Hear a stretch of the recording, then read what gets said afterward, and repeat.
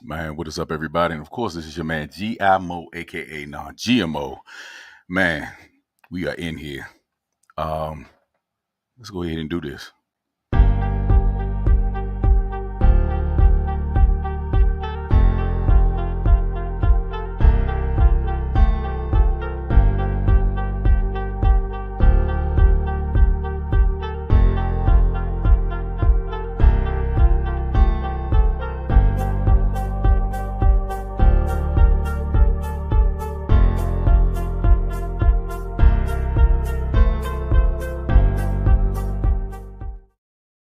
Man, what is up, everybody? And of course, this is your man GIMO, aka non-GMO, no cap Mo.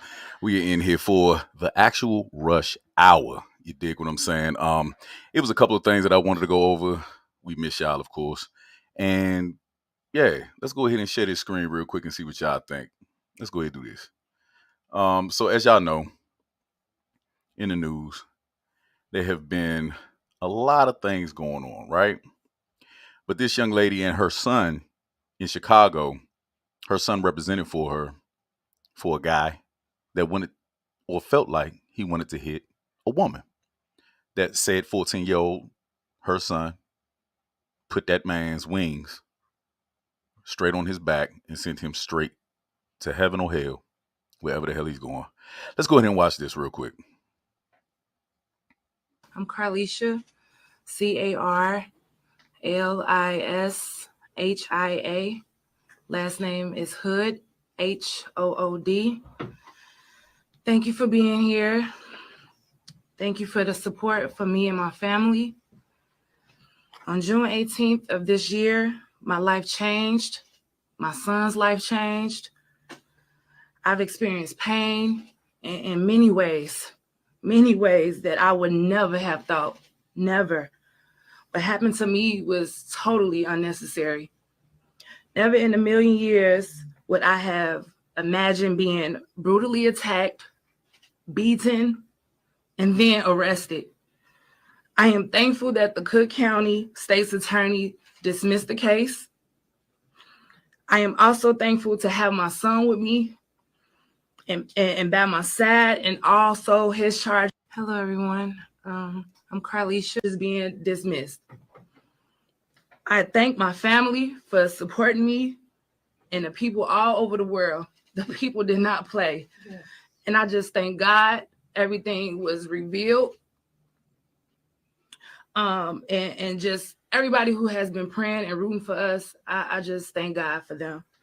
That did not go unnoticed. You are all not forgotten. And we are praying for all the families affected by this horrible tragedy. I am now in the process of healing and putting my family's life back together.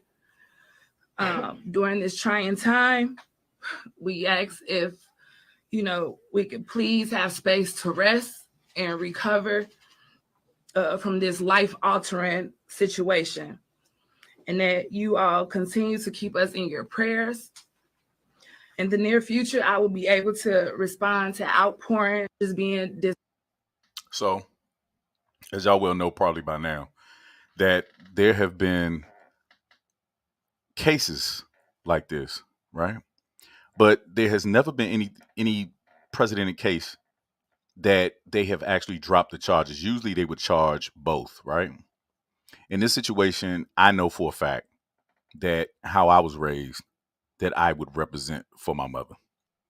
I would actually go hard in the goddamn paint. You dig what I'm saying?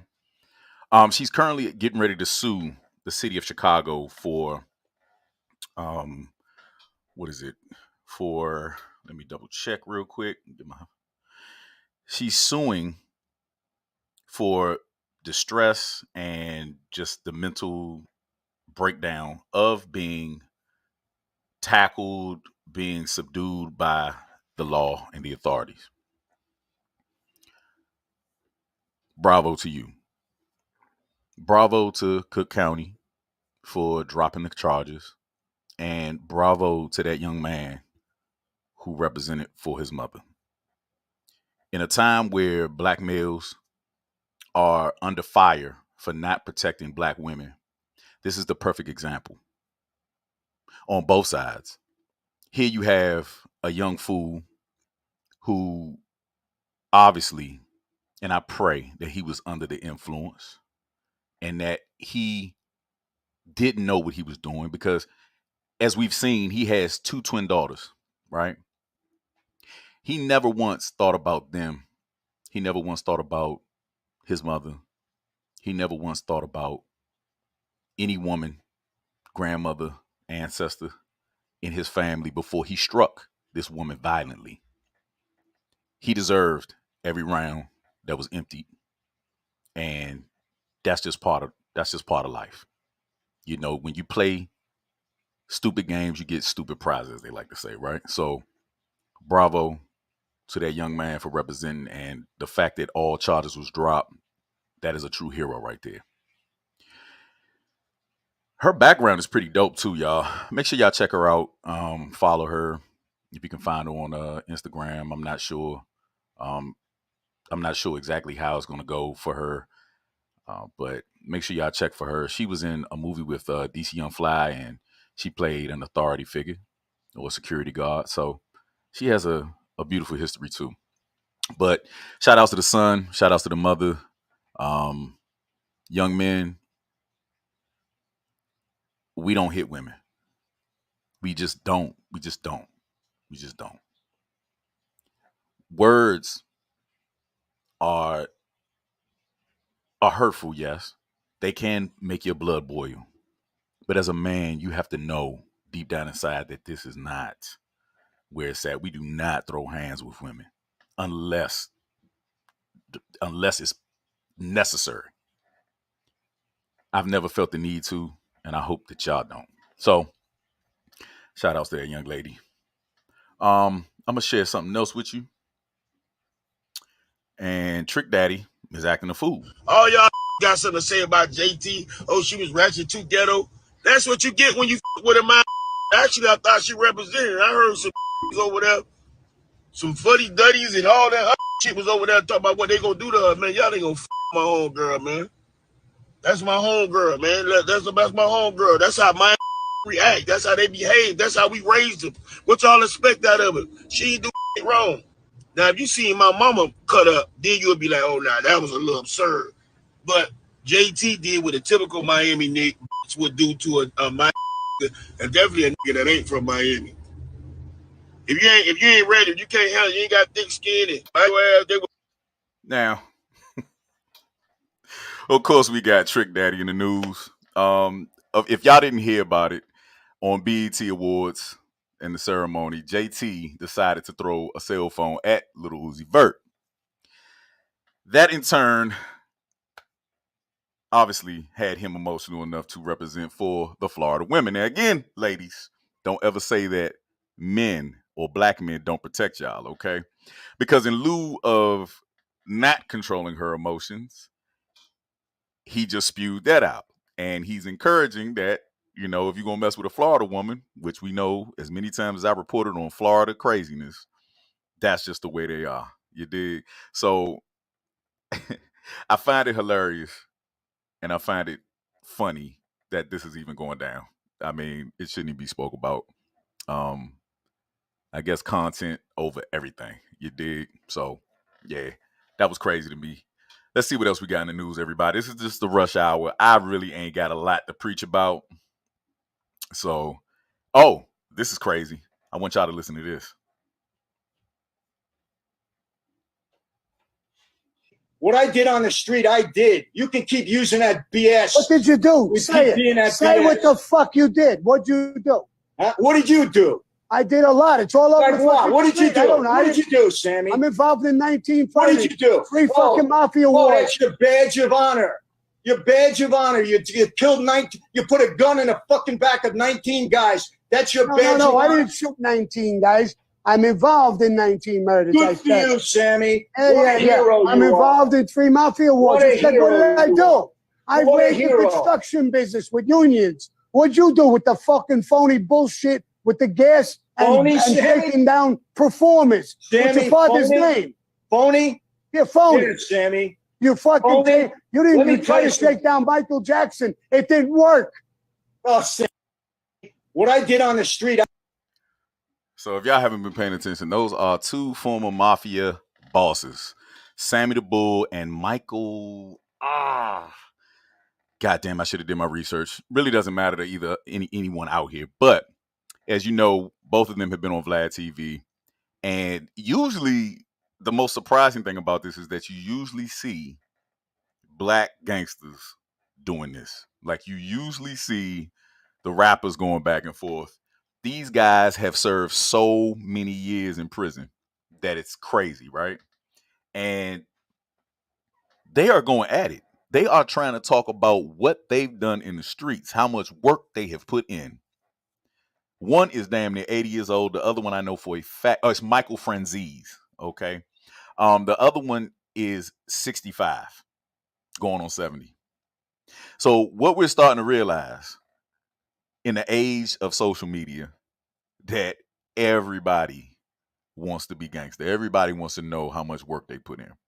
The substantial amount of caucasity that is going on right now in that clip right there was enough for me, and I'm for it. I'm really for it. We don't see the white gangsters go back and forth. They usually do it behind closed doors, but content over everything. Everybody is in that type of mood this year, and it's crazy, and it's wild, and it supports the law.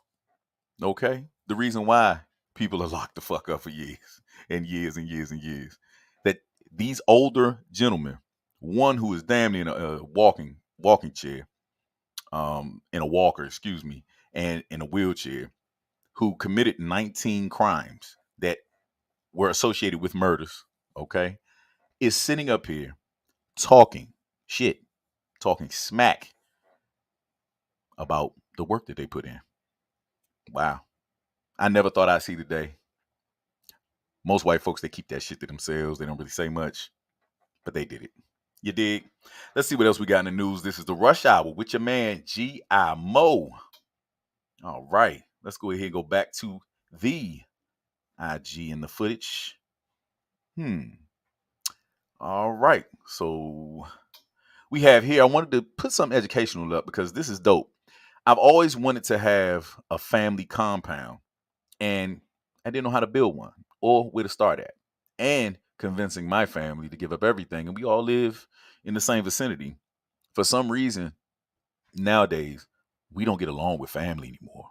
We blame it on the death of our ancestors, the grandmothers, the monarchs, and the patriarchs. But now it's our turn. Now we the OGs. I'm 42. If you're 30 and up, it's your turn. It's time for you to take a hold of your families and just learn how to get along a little bit more. I think what happened is that social media messed with us and that we see each other way too much. When before we had mysteries about one another, the mystique. We didn't hear about all of the problems. We couldn't see the successes or the success that a person had in our families until we saw them at the family reunions or the get-togethers. So there was no need for jealousy in that age, in those days, in the 80s, in the 90s.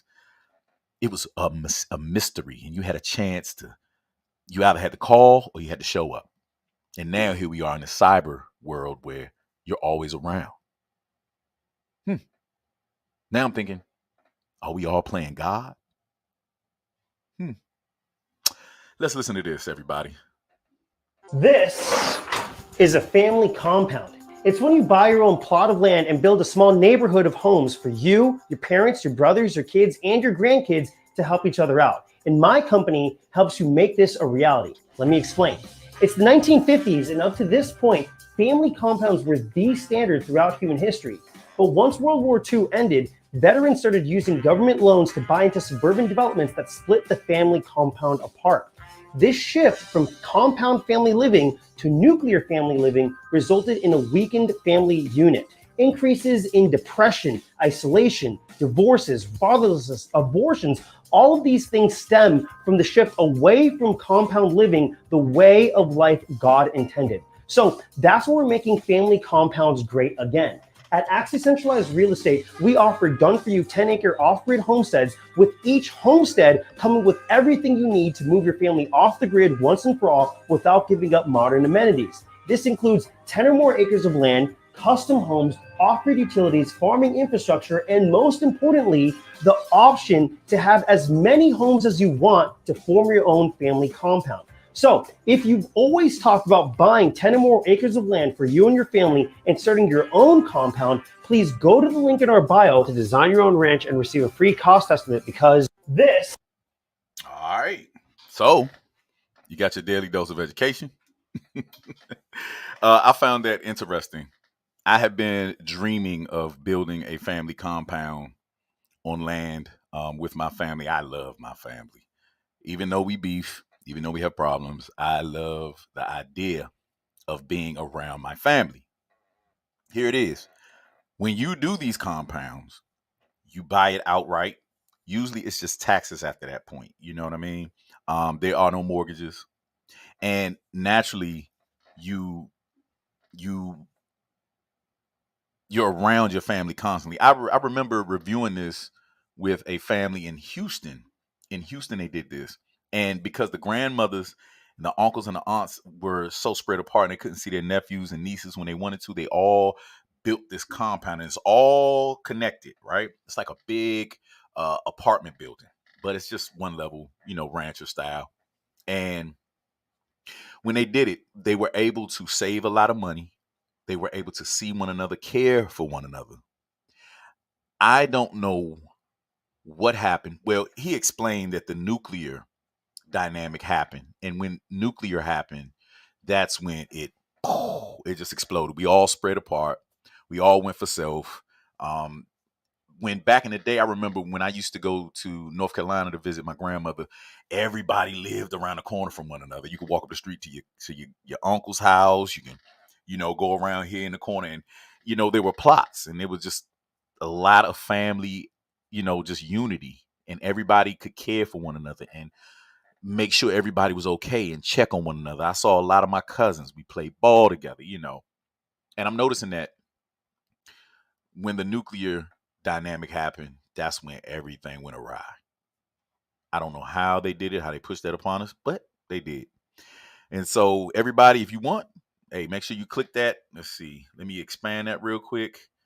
And you see it right there. Make sure you click that if you have any idea and or you would want to actually have that type of dynamic or that family dynamic with yourselves. And that's a subject that we don't really talk about nowadays as Black folk, how we don't get along with each other. I've been sitting back trying to figure it out. Where did the hatred come from? Where did the lack of love for one another come from? What are we fighting against? What happened to us? Was it technology? Was it money? Was it propaganda? Where did that leave us? Other than everybody's complaining about being separate and nobody loves them. You got to do more. You got to come around more. I think it was economics. I think it was economical.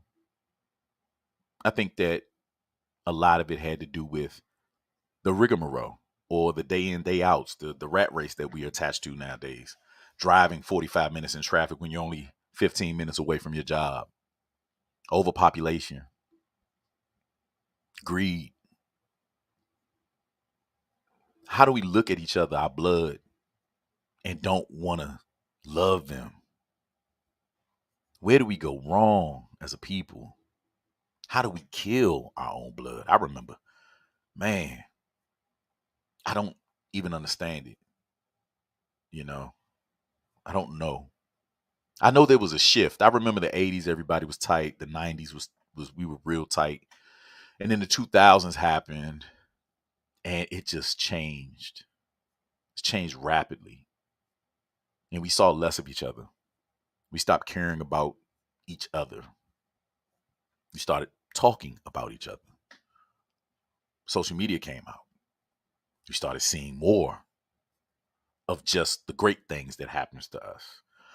Social media is a platform where it can be demonized. It can weaponized and demonized because nobody posts the hardships that they have.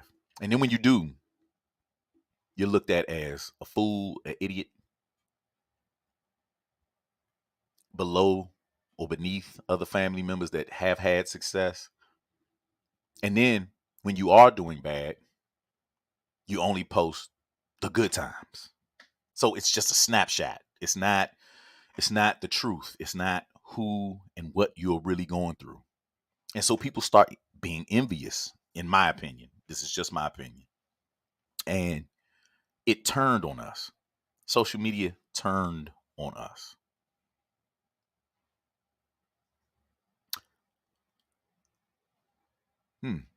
That's interesting, Louisa.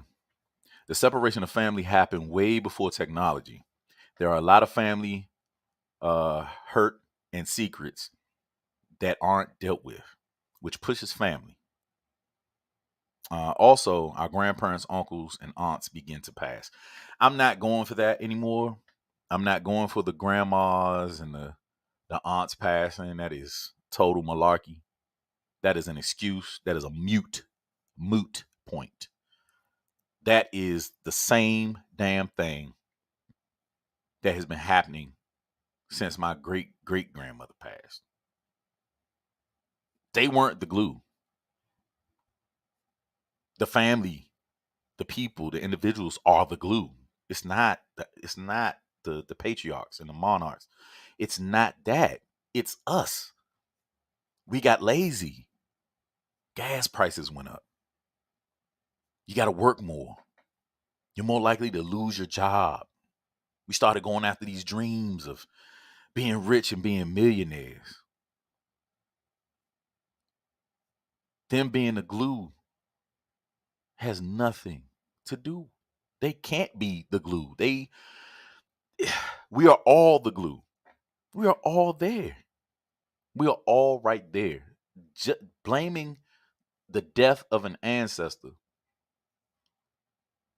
for the family breaking up is BS. That's BS. They had nothing to do with it because people were beefing even when they were alive, but we still showed up to have a good time because we missed each other. I can't remember a time where I just know from my generation on down, I just remember the change. I think it's just we started becoming more selfish about ourselves and instead of the family dynamic. And I would like to mention that the actual compound itself is a great idea for even if you are co-parenting. How about that? Have you ever thought about that? Getting a compound for all the baby mothers and all the baby fathers. The Mormons do it. They have multiple wives. They have compounds. They all have their own houses, and they all get along together because they have their separate places to go. I think that more Black folks should look into this, and naturally, it probably won't be in a hub city, a mecca, a metropolis, such as DC, New York, Atlanta. It's going to be on the outskirts. It's going to be somewhere where there's going to be some peace, lack of chaos. I think we're afraid to leave these cities thinking that being peaceful, having peace, being in nature isolates us, destroys us. I think that it's coming to a point that you shouldn't wait till you retire. I know a lot of people that travel, especially from at my job, that travel all the way 2 hours away every morning, and they take that money back home to rural areas in Virginia, some parts of West Virginia, and they love life. They love it, and they get more bang for their buck. So, yeah, I thought that was interesting, and let's see, Adonis. He said facts. I knew a black church. I knew a black church that had that option available. They didn't have proper funding though. Wow. I would like to look into that. I would like to really get to know the people of that church. That's a great idea. When it comes to religious compounds, you got to be careful when you say that, though. You got all these people out here, you don't say they scared, man. So yeah, I would definitely like to know the preacher and everybody that came up with that. Louisa said, Lord, all the baby mothers and fathers. I'm sure it could work, but it'll be rocky at first. Well, in these days and age, because violence, lack of control of emotion is okay, especially amongst our women. Y'all are already emotional, but because it is praised that you act out, that you carry yourselves as such, as a Christian rock, I think that would be the main problem. Because for men, it's simple. We either gonna solve this shit or I ain't coming. Okay? I'm just gonna say hell no. I'd rather live in the woods by my goddamn self. You dig? So yeah. Adonis said, yeah, bro, facts. I'm hip with the religious side.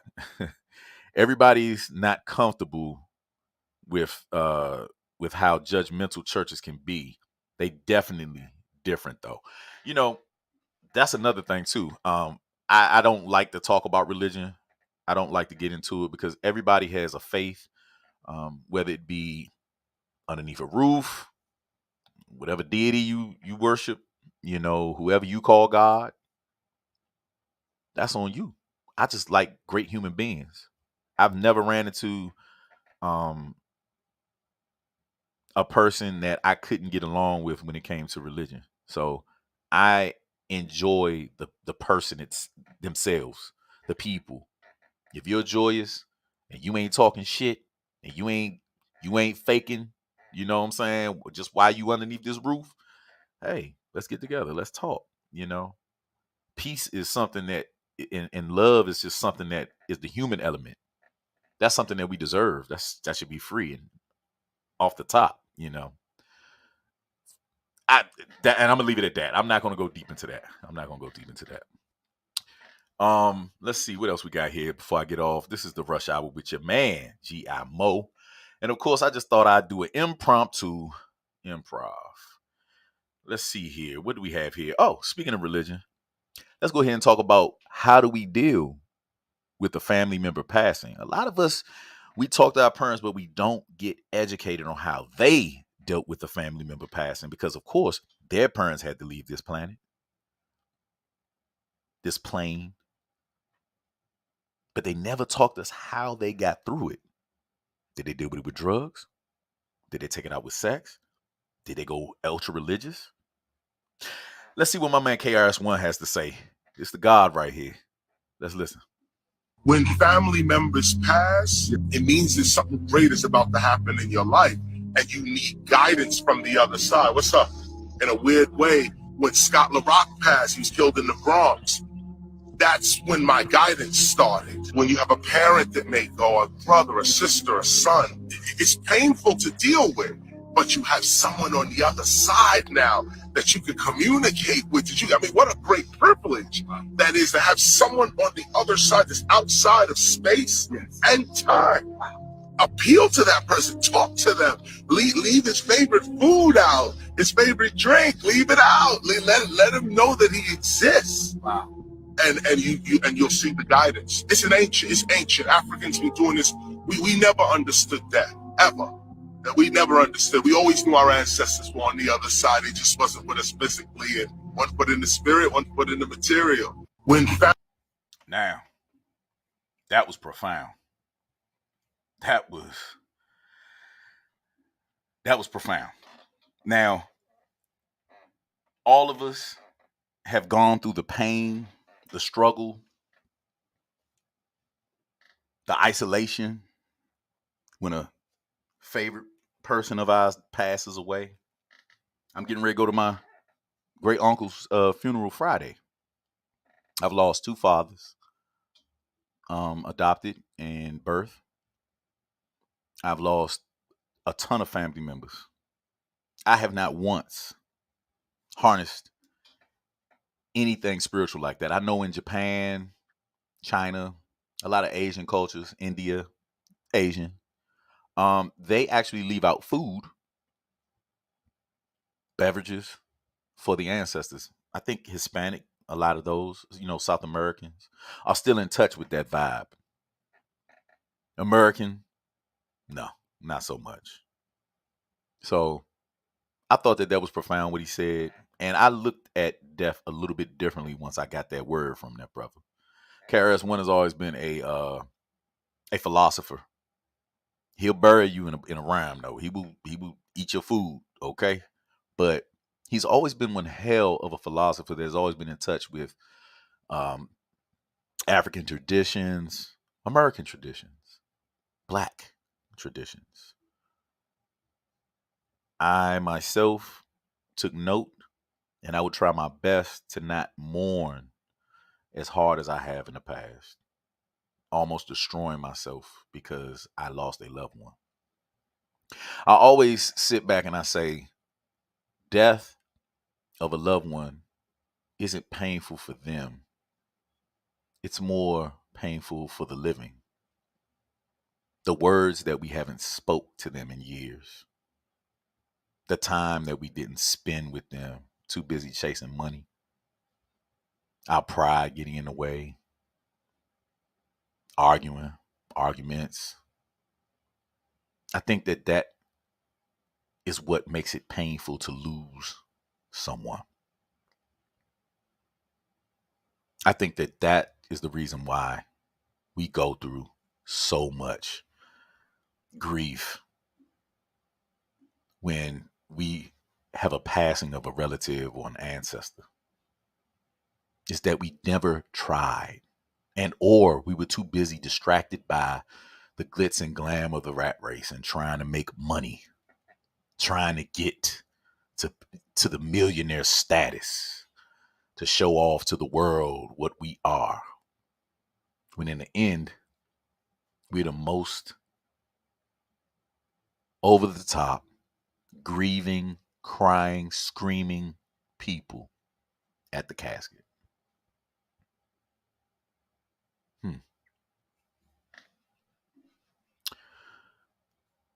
Wheezy. Building altars for ancestors are becoming a thing now. I'm seeing it more frequently on my page. I'm proud of whoever you are around and surrounding yourselves with. If they are building altars and they are really paying homage, they are doing that. That is a very spiritual thing. And a lot of people, due to religious beliefs, have their things. They have their quirks about the spirit realm. Do we come back? Are we completely gone? I think that these these bodies of ours and these so-called souls, this energy that we harness, I think that we're recycled over and over and over again. But that's just my petty opinion. That is a small opinion. It doesn't mean anything. And of course, this is your man G.I.M.O, aka non-GMO. And of course, you can reach me at all platforms, G.I.M.O.E. And hey, guess what, everybody? July 8th, we will have the 90s party. Rooftop at 55 M Street, Northeast Washington, D.C. Make sure you hit up Rock, Taylor Made Rock, and get your tickets. We're going to have some comedians there. It's going to be food and beverage, and just get a chance to chill with us, touch the people, and just relax. Have a good beverage, No judgment. It's a judgment-free zone. So, of course, thank you for joining Rush Hour. Deuces, everybody.